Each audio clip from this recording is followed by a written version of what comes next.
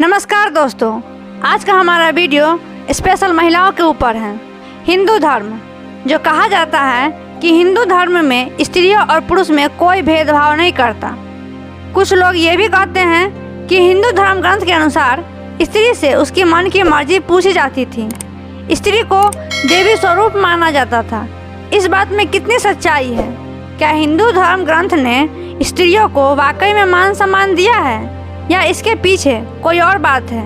देखेंगे इस वीडियो के माध्यम से और कुछ तथ्यों के साथ। तो वीडियो को पूरा देखें और जानें हिंदू धर्म ग्रंथ में स्त्रियों की क्या जगह है। विराट पर्व 22-23 में लिखा गया है, कीचक के मरने पर सरांधरी को जलाने के लिए उसके शव के साथ ले जाया जाता है। महाभारत काल में विधवाओं एवं रखैलों को मृत पति के साथ जला दिया जाता था। रुक्मणी आदि कई स्त्रियां कृष्ण की लाश के साथ जल मरी। राधा सती क्यों नहीं हुई? इस सवाल का जवाब आज तक किसी ने नहीं दिया और किसी के पास है भी नहीं। पुण्यक व्रत में लोग स्त्री खरीदकर ब्राह्मणों को दान देते थे। बाद में धन देकर उन्हें वापस ले आते थे। जब तक पर्याप्त धन का प्रबंध न होता था, ब्राह्मण उस स्त्री से कुछ भी करने के लिए आज़ाद होता था। आर्य लोग अपनी बेटी का मूल्य एक गाय के बराबर आंकते थे। एक गाय के बदले में अपनी बेटी का लेन देन कर लेते थे। इसलिए विवाह के 8 पद्धतियों में एक पद्धति के अनुसार वधू का पिता वर से एक गाय या एक बैल लेकर अपनी बेटी उसे सौंप देता था। इस विवाह पद्धति को आर्य विवाह कहा जाता था। आर्यों में अपने अतिथियों एवं मित्रों को अपनी पत्नी संभोगार्थ यानी उसे संभोग करने के लिए देने की प्रथा थी। ब्राह्मण सबसे बड़ा अतिथि होता था, अतः वह किसी के भी घर अतिथि के रूप में जाकर उसकी पत्नी के साथ हम बिस्तर हो सकता था।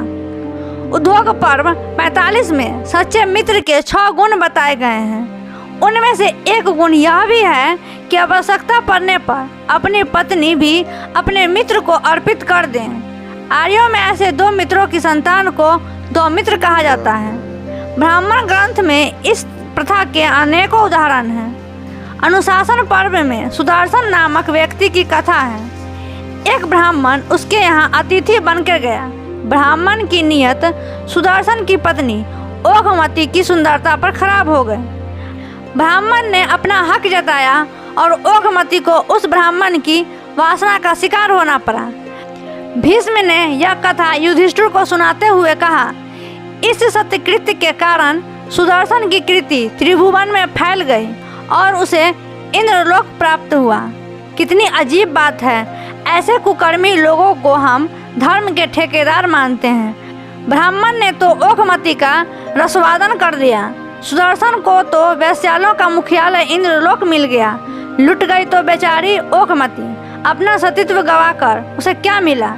अपनी पत्नी को गैर मर्द से व्यभिचार करने पर मजबूर करना ब्राह्मण धर्म में सत्यकृत्य है। बस ऐसा ही ब्राह्मणवाद है। ऐसी ही एक और कथा भीष्म युधिष्ठिर को सुनाता है, जो शांति पर्व में 266 में दिया गया है कि इंद्र ब्राह्मण का भेष धारण करके गौतम ऋषि की पत्नी अहिल्या से समागम करता है। इस घटना की जानकारी मिलने पर गौतम ऋषि एक बार तो गुस्सा होता है, परंतु बाद में इसे धर्म समस्त प्रथा मान लेता है, क्योंकि स्त्री द्वारा घर आए अतिथि की बात न मानना ब्राह्मण धर्म के विरुद्ध है। ब्राह्मण अतिथि बनकर त्रिदेव द्वारा अनुसुईया के सतीत्व भंग करने की कुचेष्टा करने की कथा सर्वव्यापी है। ब्राह्मणों के 3 प्रमुख देवता ब्रह्मा, विष्णु और महेश को उनकी पत्नी इस बात के लिए उकसाती है कि वे तीनों मिलकर अनुसुईया का सतीत्व भंग करें। इस काम के लिए वे तीनों ब्राह्मण का भेष धारण करके जाते हैं। अनुसुईया उन्हें ब्राह्मण अतिथि मानकर खाना परोसती है, तो वे शर्त रखते हैं कि वे खाना तभी खाएंगे जब वह नग्न होकर उन्हें खाना परोसे। अनुसुईया को उनकी बात माननी पड़ी। इससे पहले कि तीनों कुछ कर पाते, अनुसुईया का पति आ गया और उस बेचारी का सतीत्व लूटने से बच गया। आर्य अपनी बेटियों को दाव पर लगाते थे। दाव जीतो लड़की ले जाओ। इस प्रथा को वे स्वयंवर कहते थे।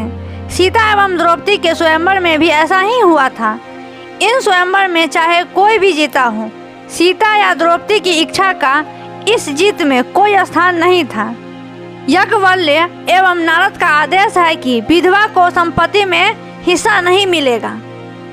मनु का आदेश है कि अगर किसी स्त्री के मात्र लड़की ही पैदा होती हो तो उस स्त्री को त्याग देना चाहिए, क्योंकि वेद का फतवा है कि बेटी कष्ट देने वाली है और दुख देने वाली होती है। मनुस्मृति के अनुसार विधवा को दोबारा शादी करने का अधिकार नहीं है, लेकिन दयानंद सरस्वती के अनुसार वेद की आज्ञा है कि हर स्त्री के लिए 11 पुत्र पैदा करना जरूरी है। अतः विधवा ब्राह्मणों की वासना का शिकार होने पर मजबूर थी। कितनी दुख की बात है कि ब्राह्मणों के लिए विधवा का नियोग तो धर्म कार्य है, लेकिन विधवा का दोबारा घर बसाना अधर्म है। अगर कोई पुरुष विधवा से विवाह करने का अधर्म कर ले तो उसे तुरंत पश्चात ब्राह्मणों को दान करना चाहिए और उस स्त्री से संबंध तोड़ लेना चाहिए। पत्नी, दास और संतान जो भी कमाई करे उस पर इन तीनों का हक नहीं होता। जो धन यह कमाए हैं अपने पति, मालिक अथवा पिता को दे दें। तुलसी ने फतवा दिया कि नारी तारण की अधिकारी। इसलिए आज भी भारत भर की बाइयाँ और कामकाजी महिलाएं महीने भर अपने खून पसीने बहाती हैं और अपनी कमाई का जो तनख्वाह होता है उनके मर्द छीन कर ले जाते हैं। स्त्री चल संपत्ति के समान मानी जाती थी, इसलिए युधिष्ठिर ने द्रौपदी को जुए में हारी।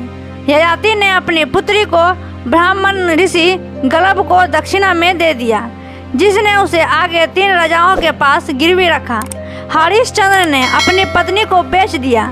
राम का जब मुंड बना तो सीता को कबाड़ की तरह उठाकर जंगल में फेंकवा दिया।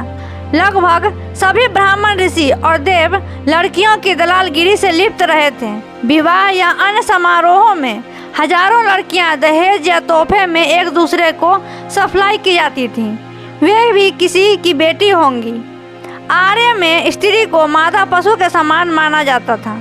आर्य लोग वधुएं शर्त में जीती जाती थी अथवा भगाई जाती थी या उठाई जाती थी या उघाली जाती थी। आर्यों में एक पुरुष के अनगिनत पत्नियां या रखैल होती थी। आर्यों में वरदान अथवा कन्यादान इन बात का उद्योग है कि कन्या बाप के स्वामित्व से निकलकर पति के स्वामित्व में चली गई। मनु के अनुसार स्त्री कभी आजाद रखा नहीं जा सकता। बचपन में बाप के अधीन तो जवानी में पति के अधीन तथा बुढ़ापे में अपने बेटे के अधीन। लड़की की दूसरी बार शादी नहीं हो सकती, क्योंकि भाग्यदान अथवा कन्यादान केवल एक बार हो सकता है। जैसे एक को दान में दी गई वस्तु पुनः किसी अन्य को दान में नहीं दी जा सकती, वैसे ही कन्या का दान भी दोबारा नहीं हो सकता। आर्यों के सबसे पवित्र ग्रंथ ऋग्वेद का आदेश है कि स्त्री जो माँ, बहन, बेटी, पत्नी, पुत्रवधू को शिक्षित नहीं किया जा सकता, क्योंकि उनमें अकल कम होती है। स्त्रियों को यज्ञोत्पत्ति का अधिकार नहीं है, यानी यज्ञ करने की या यज्ञ में बैठने की अधिकार नहीं है, या जनेऊ धारण करने का अधिकार नहीं है। शूद्र को भी नहीं है। अतः स्त्रियां शूद्र की तरह शिक्षा ग्रहण करने से वंचित रखी गई, चाहे वह ब्राह्मणी की हो, क्षत्रिय की हो या वैश्य की स्त्रियां हो, सबको अनपढ़ होने पर मजबूर किया गया। जब जुए में हार जाने के बाद द्रौपदी को जब आर्य सभा में नंगा किया जाने लगा तो उसने कहा कि किसी पति को यह अधिकार किसने दिया कि वह जुए में अपनी पत्नी को दांव पर लगा दे। तब भीष्म ब्राह्मणवाद का पितामह ने आदेश जारी किया कि पति कैसा भी हो, पत्नी पर उसका सत्ता सदा कायम रहती है। अतः युधिष्ठिर ने उसे जुए में हार कर कोई गुनाह नहीं किया। ऐसा करना तो उसका अधिकार था। सभा पर्व 67 और 70 में मनु का आदेश है, पति चाहे अवगुण से भरा हो, व्यभिचारी हो, तब पर भी पत्नी उसे भगवान मानकर उसे पूजा करे। मनु भी तुलसी का रिश्तेदार था। एक ने पुरुष को पूजवा दिया तो दूसरे ने नारी को पिटवा दिया। मासिक धर्म शुरू होते ही कन्या की विवाह करना अनिवार्य बनाया गया। ऐसा न करने वाले माता पिता का सामाजिक बहिष्कार करने का आदेश दिया गया। यह भी कहा गया कि जो लोग मासिक धर्म शुरू होने के बाद कन्या की शादी करते हैं तो वे हर महीने उस कन्या का मासिक रज पीते हैं। 12 साल से बड़ी लड़की से शादी करने वाले व्यक्ति को पापी घोषित किया गया। उसके लिए 3 साल तक गायत्री मंत्र जपने की सजा नियत की गई। ब्राह्मण ग्रंथों में कहीं भी विधवा विवाह का आदेश नहीं दिया गया। उसके उलट विधवाओं के लिए नियोग करना अनिवार्य बनाया गया। वशिष्ठ का आदेश है कि विधवा होने के बाद स्त्री 6 महीने तक जमीन पर सोए, उसके बाद उसका पिता उससे संतान पैदा करने के लिए किसी नियोगी को नियुक्त करें। तो आपने देखा कि हमारे धर्म ग्रंथ में स्त्रियों की क्या जगह है, क्या हैसियत थी।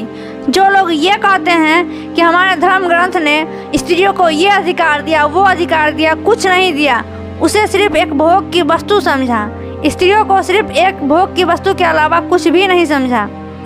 जो भी अधिकार दिए हैं वो हमारे बाबा साहब भीमराव अंबेडकर ने स्त्रियों को दिया है। पढ़ने का अधिकार दिया, अपने मन से कहीं जाने का अधिकार दिया, अपने मन से खाना खाने का अधिकार दिया, अपने मन के अनुसार पहनने का अधिकार दिया, पढ़ने लिखने हर चीज़ का अधिकार दिया।